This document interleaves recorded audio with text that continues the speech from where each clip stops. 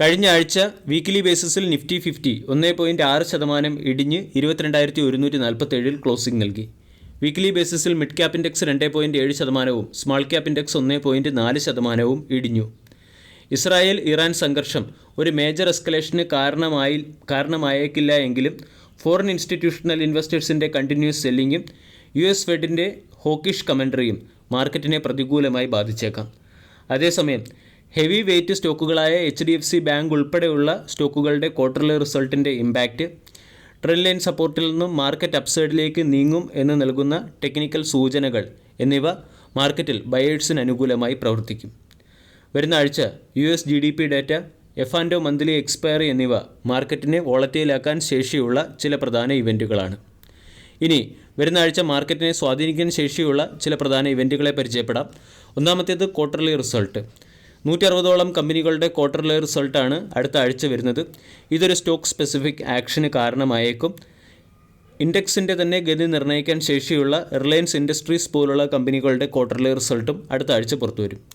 Tata Consumer Product, Axis Bank, Hindustan Unilever, LTI Mindtree, Bajaj Finance, IndusInd Bank, Nestle India, Tech Mahindra, Bajaj Finserv, HCL Technology, Maruti Suzuki, ICICI Bank, ICICI Prudential Life Insurance, ACC, Tata Elxsi, Indian Hotels, Macrotech Developers, CNG International, CNT, SBI Card and Payment Service, IDFC First Bank, RBL Bank, Yes Bank തുടങ്ങിയ കമ്പനികളുടെ quarterly റിസൾട്ടാണ് അടുത്ത ആഴ്ച പുറത്തു വരുന്നത്. രണ്ടാമത്തെ data US GDP ഡാറ്റയാണ്.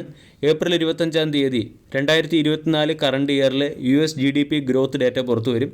2023 വർഷത്തെ ക്വാർട്ടർ ഫോർ ഡാറ്റയിൽ 3.4% വളർച്ചയായിരുന്നു US GDP കൈവരിച്ചത്.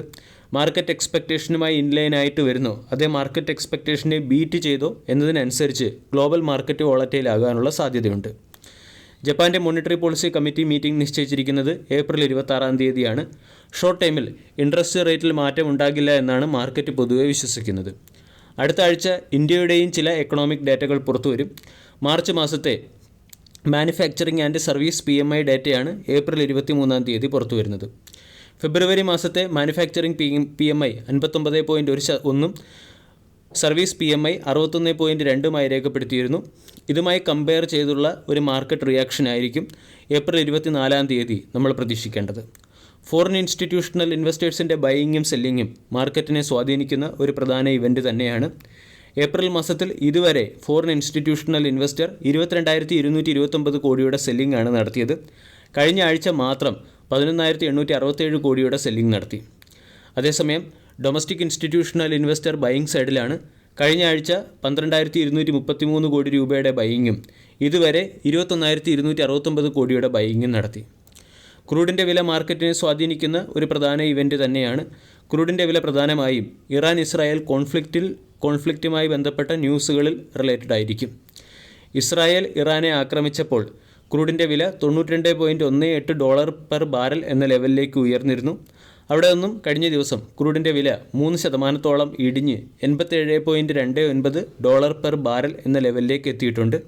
ക്രൂഡിൻ്റെ വില 80 അല്ലെങ്കിൽ 85 സ്റ്റെബിലൈസ് ആകുമെന്നാണ് മാർക്കറ്റ് പൊതുവെ വിശ്വസിക്കുന്നത്. ഇനി അടുത്ത ആഴ്ച സ്റ്റോക്ക് സ്പെസിഫിക് ആക്ഷൻ പ്രതീക്ഷിക്കേണ്ട ചില സ്റ്റോക്കുകളിലേക്ക് കടക്കാം. അടുത്ത ആഴ്ച അദാനി ഗ്രൂപ്പിലെ സ്റ്റോക്കുകളെല്ലാം പ്രത്യേകമായും ശ്രദ്ധിക്കേണ്ടിയിരിക്കുന്നു. 2024 ഫിനാൻഷ്യൽ ഇയറിൽ അദാനി ഗ്രൂപ്പ് ഏകദേശം 26,500 കോടി രൂപയ്ക്ക് തത്തുല്യമായ ഷെയറുകൾ പ്ലഡ്ജിൽ നിന്നും റിലീസ് ചെയ്തു എന്നുള്ളതാണ് ഒരു പ്രധാന അപ്ഡേറ്റ്.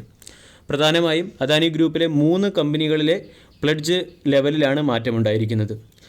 2023 ഫിനാൻഷ്യൽ ഇയറിലെ മാർച്ച് ക്വാർട്ടറിലെ അപ്ഡേറ്റ് പ്രകാരം അദാനി പവറിൻ്റെ 72.72 കോടി ഷെയറുകൾ അദാനി ഗ്രൂപ്പ് പ്ലഡ്ജിൽ വെച്ചിരിക്കുകയായിരുന്നു. അതിപ്പോൾ 44.56 കോടിയായി കുറഞ്ഞിട്ടുണ്ട്. അതായത് 28.16 കോടി ഷെയറുകൾ അദാനി ഗ്രൂപ്പ് പ്ലഡ്ജിൽ നിന്നും റിലീസ് ചെയ്തിട്ടുണ്ട്. 15,000 കോടി രൂപ മുടക്കിയാണ് 28.16 കോടി ഷെയറുകൾ പ്ലഡ്ജിൽ നിന്നും റിലീസ് ചെയ്തത്. അദാനി പോർട്ടിൻ്റെ ഏകദേശം 6.14 കോടി ഷെയറുകളായിരുന്നു പ്രൊമോട്ടർ പ്ലഡ്ജിൽ വെച്ചിരുന്നത്. അത് 2024 ഫിനാൻഷ്യൽ ഇയറിലെ മാർച്ച് ക്വാർട്ടർ ആയപ്പോൾ ഏകദേശം 2.42 കോടിയിലേക്ക് ചുരുങ്ങി. അതായത് 3.72 കോടി ഷെയറുകൾ അദാനി ഗ്രൂപ്പ് പ്ലഡ്ജിൽ നിന്നും റിലീസ് ചെയ്തിട്ടുണ്ട്. അദാനി ഗ്രീനിൻ്റെയും ഷെയറുകൾ പ്ലെഡ്ജിൽ നിന്നും റിലീസ് ചെയ്തു. 2023 മാർച്ച് ക്വാർട്ടറിലെ അപ്ഡേറ്റ് പ്രകാരം 3.17 കോടി ഷെയറുകളായിരുന്നു പ്രൊമോട്ടർ പ്ലെഡ്ജിൽ വെച്ചത്. അതിപ്പോൾ 90.8 ലക്ഷം ഷെയറുകളായി കുറഞ്ഞിട്ടുണ്ട്. അതായത് 2.26 കോടി ഷെയറുകൾ അല്ലെങ്കിൽ 4149 കോടി രൂപയ്ക്ക് തത്തുല്യമായ ഷെയറുകൾ അദാനി ഗ്രൂപ്പ് പ്ലെഡ്ജിൽ നിന്നും റിലീസ് ചെയ്തു. ഇവിടെ ഷെയറുകൾ പ്ലെഡ്ജിൽ നിന്നും റിലീസ് ചെയ്യുന്നതനുസരിച്ച് ക്യാഷ് ഫ്ലോ ഇമ്പ്രൂവ് ആകാനുള്ള സാധ്യതയുണ്ട്. അതുപോലെ തന്നെ ഫർദർ ഇൻവെസ്റ്റ്മെൻറ്റിനും ഗ്രോത്തിനും ആവശ്യമായ ക്യാപിറ്റൽ ജനറേറ്റ് ആകാനുള്ള സാധ്യതയും കമ്പനിയുടെ ബാലൻസ് ഷീറ്റ് ഇമ്പ്രൂവ് ആകാനുള്ള സാധ്യതയുമുണ്ട്. ഈ ഫാക്റ്റുകളൊക്കെ പരിശോധിച്ച് സ്റ്റോക്ക് സ്പെസിഫിക് ആക്ഷൻ അടുത്ത ആഴ്ച അദാനി ഗ്രൂപ്പിലെ സ്റ്റോക്കുകളിൽ പ്രതീക്ഷിക്കാവുന്നതാണ്. അദാനി പവർ 589 രൂപയ്ക്കടുത്തും അദാനി പോർട്ട് 1299 രൂപയ്ക്കടുത്തും അദാനി ഗ്രീൻ എനർജി 1753 രൂപയ്ക്കടുത്തും ക്ലോസിംഗ് നൽകി. അടുത്ത ആഴ്ച സ്റ്റോക്ക് സ്പെസിഫിക് ആക്ഷൻ പ്രതീക്ഷിക്കാവുന്ന മറ്റൊരു സ്റ്റോക്കാണ് ഹിന്ദുസ്ഥാൻ സിങ്ക് ലിമിറ്റഡ്. ഹിന്ദുസ്ഥാൻ സിങ്കിൻ്റെ ക്വാർട്ടർലി റിസൾട്ട് മാർക്കറ്റ് അവറിന് ശേഷം പുറത്തുവന്നു. മാർക്കറ്റ് അവറിന് ശേഷം പുറത്തുവന്ന ക്വാർട്ടർലി റിസൾട്ടിന് മുകളിലുള്ള മാർക്കറ്റ് റിയാക്ഷൻ തിങ്കളാഴ്ചയിലെ ട്രേഡിംഗ് സെഷനിൽ പ്രതീക്ഷിക്കാം. കഴിഞ്ഞ ദിവസം ഹിന്ദുസ്ഥാൻ സിങ്ക് 1.72% ഇടിഞ്ഞ് 398-അടുത്തായിട്ടാണ് ക്ലോസിംഗ് നൽകിയത്.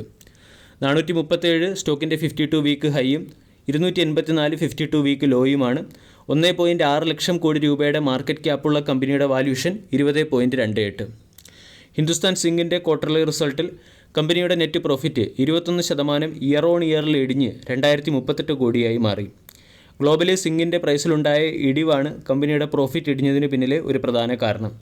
അതുപോലെ തന്നെ കമ്പനിയുടെ റവന്യൂ 11.7% ഇടിഞ്ഞ് 7822 കോടിയായി ചുരുങ്ങുകയും ചെയ്തു. ഹിന്ദുസ്ഥാൻ സിങ്ക് കഴിഞ്ഞ ട്രേഡിംഗ് സെഷനിൽ 398-അടുത്ത് ക്ലോസിംഗ് നൽകി. അതിനുശേഷമാണ് ക്വാർട്ടർലി റിസൾട്ട് പുറത്തു വന്നത്. ഹിന്ദുസ്ഥാൻ സിങ്ക് എന്ന സ്റ്റോക്ക് അധികം ആരും ഹോൾഡ് ചെയ്യാനുള്ള സാധ്യത വളരെ കുറവാണ്. അതേസമയം ഹിന്ദുസ്ഥാൻ സിങ്കിൻ്റെ ക്വാർട്ടർലി റിസൾട്ട് വേദാന്തയുടെ പെർഫോമൻസിനെ പ്രതികൂലമായി ബാധിക്കാൻ അല്ലെങ്കിൽ വേദാന്തയുടെ പെർഫോമൻസിനെ ബാധിക്കാൻ സാധ്യതയുണ്ട്. കാരണം ഹിന്ദുസ്ഥാൻ സിങ്കിൻ്റെ 64.9% സ്റ്റേക്കും വേദാന്ത എന്ന കമ്പനിയാണ് ഹോൾഡ് ചെയ്തിരിക്കുന്നത്. അല്ലെങ്കിൽ ഹിന്ദുസ്ഥാൻ സിങ്ക് വേദാന്തയുടെ ഒരു സബ്സിഡറി കമ്പനിയാണ്.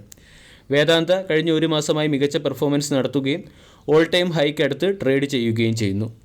വീഡിയോ എല്ലാവർക്കും ഇഷ്ടമായി എന്ന് വിശ്വസിക്കുന്നു. താങ്ക്